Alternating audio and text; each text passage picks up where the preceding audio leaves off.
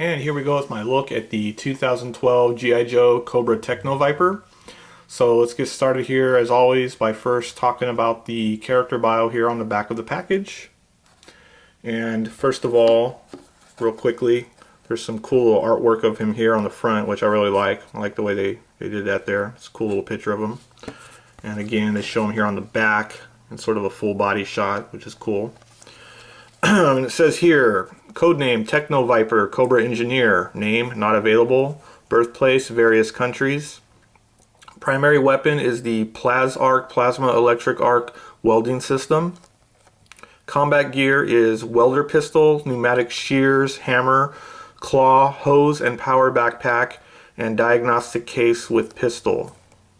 He doesn't actually have a diagnostic case, but he does have a pistol. But anyways, Techno-Vipers are Cobra engineers who can build, rebuild, and retrofit anything from weapons to fortresses. They use whatever materials they have on hand and send troopers to take what they need to complete their project. Their engineering creations are usually powerful, effective, and full of deadly surprises. So that's the little bio. And up here you can see some of the other figures that they got in this current set or wave. And you'll notice that they're kind of mixing these up here. You kind of got some of the sort of typical or, general G.I. Joe figures, and they got the other ones here from the I believe it was the Renegade series, which are more cartoon looking.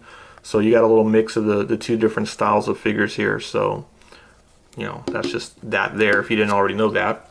So let's get this and set it out of the way here, and let's get started looking at the actual little figure here. So here he is, and if you don't already know, if you take a look on my channel, I have a review of the original Cobra Techno-Viper figure up on my channel. So if you want to take a look at that figure. But this is an updated version of that figure or character. And I think they did a really good job with him. I really like the way he looks. I kind of like the way they did the color scheme, where it's just more of a uniform, sort of one shade of purple as opposed to the original one. And we'll kind of look at that difference between the two here in just a minute. But let's just go ahead and just zoom in on him a little bit more and just look at him up close and see a little detail on him. I like the little eyes in here that they have kind of painted like a gold or yellow in there. That looks kind of cool. And just move on down. Again, if you're familiar with the original version of this guy, not a whole lot as far as differences go, but just more of a modern updated version of him, which is pretty much all this figure is trying to be anyways. And let's just rotate him around here and look at the backpack. And there's his little backpack with all his little tools and so forth. Now let's start moving on here to the actual little comparison between him and the original guy here. So there's the original one there on the left.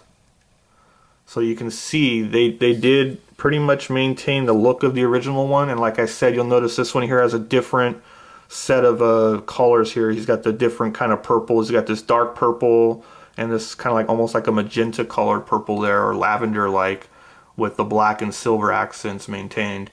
But pretty much the same looking figure, which is cool. I like it. I like the look of this guy. I always liked him, so I'm glad they didn't deviate too much from him. I think it's a cool looking figure. One of the main differences I spotted on this guy is you'll notice this guy here has a more rounded face, whereas the one here is a little more elongated, and his little mask part here around his mouth is actually looks a little more like Darth Vader, kind of like, in a way. But I kind of like the way they did that. I think it makes it look a little more just better overall, a little more sinister, more evil looking, whatever you want to call it. Whereas this one's just kind of flat. And, it was a product of its time, so it's, not too detailed, but this one obviously it's got more detail. They did a little more sculpting with it, etc., etc. So let's just kind of move on down. He's kind of got the same hoses and everything too. Obviously these aren't painted the bright sort of silver color. They're just sort of a flatter gray. But kind of go on down. I like that he's got the little knee pads here, and also on his forearms he's got some little like pads there, so that's kind of cool. And you'll notice obviously there his little welder gun or pistol or whatever or welder cannon system, whatever they called it. Obviously, this one looks very similar, but this one's a lot bigger and bulkier. And let's just go here and turn them around and get the comparison here from the back side on both of these guys. And you'll notice the first thing here is the backpack's pretty much the same, but they actually did remold it, and they bothered to paint the little canisters here red, which I like. Kind of makes it pop and stand out more as opposed to the original, which is just all one color, just all black. And you'll notice here, kind of try and catch you here, that the canisters here, his little air canisters here for his little pneumatic tools, these are more oval shaped, whereas these are more cylindrical. They actually look more like, you know, canisters. And the tools are pretty much identical. And when I first saw this guy, I thought they were pretty much just remoldings of the original ones here. But I'll take a look at these here in a little bit. But they actually are a little bit different, and they're slightly smaller in scale. They have a little more detail to them. And the one thing I kind of have as a little nitpick or complaint is the way his backpack is done here. You'll notice I got this one here with the tools and the little handle up here, which to me would be the proper placement or orientation for the backpack. But on this one, I got it upside down. The reason being is the way they place the peg on this guy. If you put it in the same orientation as the original, it just sits way the heck up there on his back like that, and to me that just looks stupid. I don't know why they did it that way. And if you even look here on the back of the package, let's just kind of zoom out here, you'll notice that they even show them with the tools up here on the top placement. So they're showing it what I believe would be the correct orientation, but the way they place the peg on him here, you can't really do it unless you want to just have him with the backpack sticking way up past his head, which I just think looks ridiculous. But so for me, I'll just keep it like this. No big deal. Looks better like that. But again, you know, why they couldn't have changed it around, I don't know. So let's get started here by moving this guy out of the way and just move on here to his little accessories and weapons. And as far as accessories go, he's got everything that you can see here on him, and he came with this little safety cone or workplace cone here. It's a little fluorescent green with a nice Cobra emblem on it, so it's an official Cobra product. I wish he would have came with two of these as opposed to just the one. And this might be a good little thing to maybe have with your alley vipers, I don't know. So set that to the side. And he came with this rubber hose here, or plastic little hose. And if you've seen any of my other G.I. Joe reviews, especially on the old 80s ones, I'm not a big fan of these. I never liked them. I always thought they kind of just got in the way and kind of sort of hampered the movement of most of the figures that they came with. So for me, I probably never even put this on the guy. But he only came with the one here. And you'll notice that his tools have the little pegs here to put the hose on and connect it to the little pegs on the backpack. And there's two pegs on the backpack, so obviously these tools were meant to have a hose, and his little welder cannon here was meant to have a hose. It has a little peg down here, and the original 80s version of him had two hoses, if I remember correctly. So why they only gave you the one, I'm not too sure. Maybe their intention was you can cut it in half and have two coming off, I don't know. But it doesn't matter to me because I'll probably never ever use it. So that's that. So let's get started again looking at the little weapons and accessories. And I just want to kind of compare his little plasma cannon here, or welder cannon, or whatever they called it. But you can see here, there's the two. So here's the original here on the top, and there's the new one here on the bottom. Obviously, like I said, it's kind of slimmed down, scaled down, but it still has all the characteristics of the original. But I actually like this because to me it's more sort of in scale and more practical looking. It's not as bulky as this one here. I mean, this looks a little more realistic. This looks like it would weigh a heck of a lot in real life if they did make something like that. So this I actually like. It maintains all the same characteristics but looks more modern, more refined, so that's cool.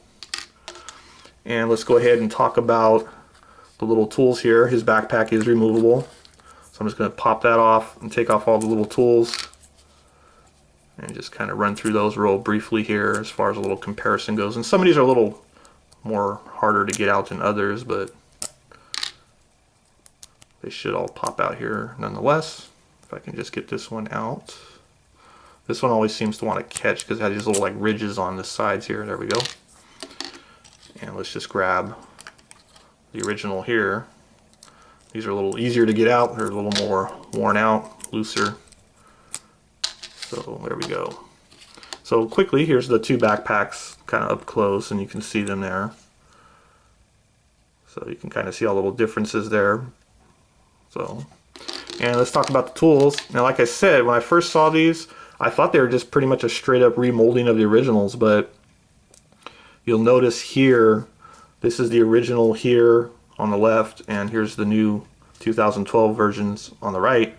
And you can see it does have a little more detail to it, and it is slightly scaled down a little bit. This one here has this little kind of oval part. This one doesn't have that. Instead, it's got some little detail. So when you look at these a little more closer, there is some differences between them. Again, I thought they were just straight up, you know, remoldings, but I actually like that they kind of added a little more detail and made them a little bit different. See this one here? It's the updated version. See, it's got a little more like little mechanisms and stuff in there, some little armatures and stuff. Whereas this one's a little less in the detail, and it is slightly bigger. And here's a little wrench. And again, the original here on the left, and the modern updated one here on the right. Pretty much identical on this one, just a little bit smaller in scale. So that's pretty much an end there as far as comparisons go for the accessories.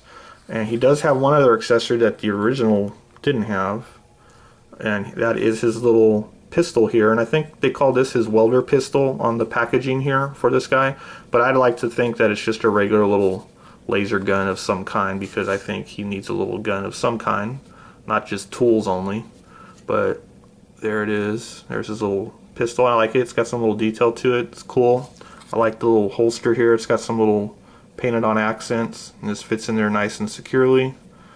So that's a nice little touch. I always like it when they give them these little guns, but they actually bother to give them a little holster or place to attach it to the figure.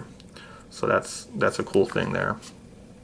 As far as articulation goes on this guy, pretty much the same as, you know, the current crop of G.I. Joe figures, and I'll just run through that real briefly here. His head can, you know, rotate around, swivel and pivot. It's basically a ball joint. Shoulders can go around 360, up and down like that. Can bend them here at the elbows and swivel around 360. Wrists can rotate around 360. And this one does have the little extra joint in the wrist here. So this side can bend inward like that, in and out. And his other wrist here is the opposite way. It goes up and down. So this is sort of like his, you know, gun hand here. It's even got the little molding here with the little trigger finger. So that can go up and down. And his legs, let's just pop them off his little stand. Now he's all chicken legged here. But hips, pretty much ball jointed like that. The knees are double jointed like so. And the feet can rotate around and bend up and down like that. So again, pretty much what you're currently getting with all the modern G.I. Joe figures. Now let's just pop him back here on his little stand. Where the hell's the little hole at? There it is. Now, if there's one other little nitpick I had about this guy, other than the little placement of the peg for the backpack, it would be these little hoses here on the insides of his arms. I like the way they look, but the problem I have with them is for his little gun here. If you peg it in, you can kind of see here that it hits right there on the butt of his little welder cannon or welder gun. And you'll notice that they did make those hoses a lot larger on the figure as far as how they stick out. I wish maybe they could have made them a little smaller, or maybe even just moved them so instead of running on the inside of his arm, it wrapped around the outside here, even if it kind of covered up a little bit of that pad there on his forearm. Just, I don't like the way this makes the gun sit in his hand. It's kind of crooked there. You know, you could probably play with it and get it to sit right, but, you know, I just never like when something just, you know, could have just easily remolded it to fit on the other side and it wouldn't have been a problem. So that's the only little complaint I have for this guy. So other than that, I think he's a pretty cool figure. My final thoughts on this guy is, you know, I've always liked the original Techno-Viper, so I pretty much like this guy. I think it's a very good updated version of him. I like all the accessories he's got. I like the little addition of the little sidearm there, his little welding pistol or whatever you want to call it. This is okay, not the greatest thing, but it's kind of cool nonetheless. But overall, yeah, it's a great figure. So if you liked the original Techno-Viper like I did, definitely want to pick this guy up. I just got him the other day at my local Toys R Us, so, you know, just keep your eyes open. It should be out, you know, the usual places. So yeah, definitely a guy to get. So with that, I'll wrap it up here with my look at the 2012 G.I. Joe Cobra Techno-Viper.